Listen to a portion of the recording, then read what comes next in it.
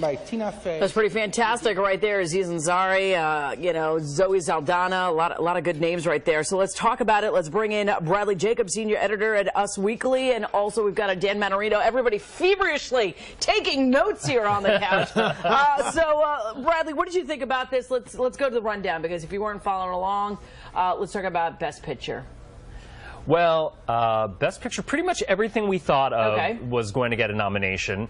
The beauty of the Golden Globes is they have so many categories. Yeah. They have comedy, musical, and dramas that they can pretty much nominate everyone. They don't have to leave anyone out. It was so everyone gets a little something. Pretty much everyone gets a little something. That's always the point. I didn't see any major snubs in this category. Any standouts for you? You know, 12 Years a Slave continues to do very, very well. You saw Chiwetel Ejiofor not only got nominated for 12 Years a Slave, but also for the miniseries that he did that I don't think many people know about. I didn't know about that. So, you know, clearly it's Chiwetel's year. We interviewed him at Us Weekly. He's a great guy. We've loved him since Love Actually.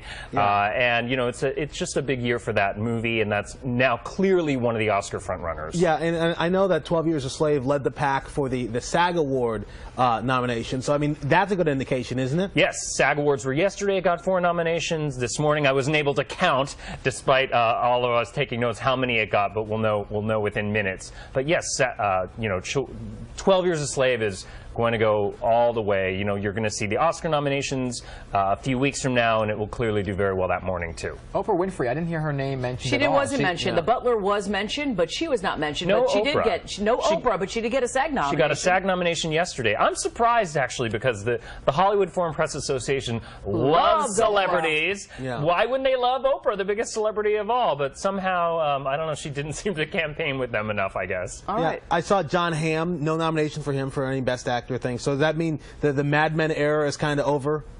I feel like Mad Men is winding down. You know, it only has 1 more year. Maybe we've just seen too much of John Hamm. Yeah. Orange is the New Black might be the new thing. That's your Oh, I love that. I'm a little surprised that wasn't on the list for the nomination. Was it on the list? Well, Taylor Schilling got a nomination. Yeah, so the actual show in its entirety, and also it has a great all-star cast altogether. House of Cards was nominated as well. I think these Netflix shows, are they picking up speed? Oh, of course. I mean, Netflix is everywhere these days, and it's wild because we don't actually know how many viewers these shows have. Netflix is very careful to not release that information, but you know, just by word of mouth, everyone talks about Orange is the New Black. Taylor Schilling, you know, this will take it to a new level. You're going to see a lot more people start subscribing to Netflix so they can see this show, kind of like what happened with HBO 10, 15 years ago with The Sopranos and Sex and the City. Everyone started getting those, you know, getting cable just so they could watch those shows. American Hustle also again in the headlines. Bradley Cooper just got a nod for SAG and also now for Golden Globe. What do you think? His chances are pretty high.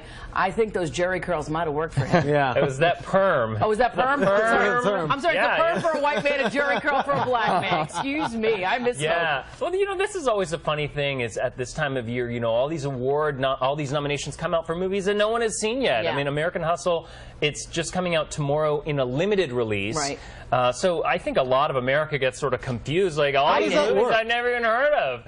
How does it work? Well, they start showing these things, like in early December, to critical groups, like the New York Film Critics Circle and the Hollywood Press Association, and you know, and all those people get very excited. Well, I've seen American Hustle, nobody else has, and oh my God, Bradley Cooper is so good in it. You can't believe how funny Jennifer Lawrence is, and you know, they get so excited because they're first. And you know, sometimes these movies that turn out to be like a big like once the public sees them.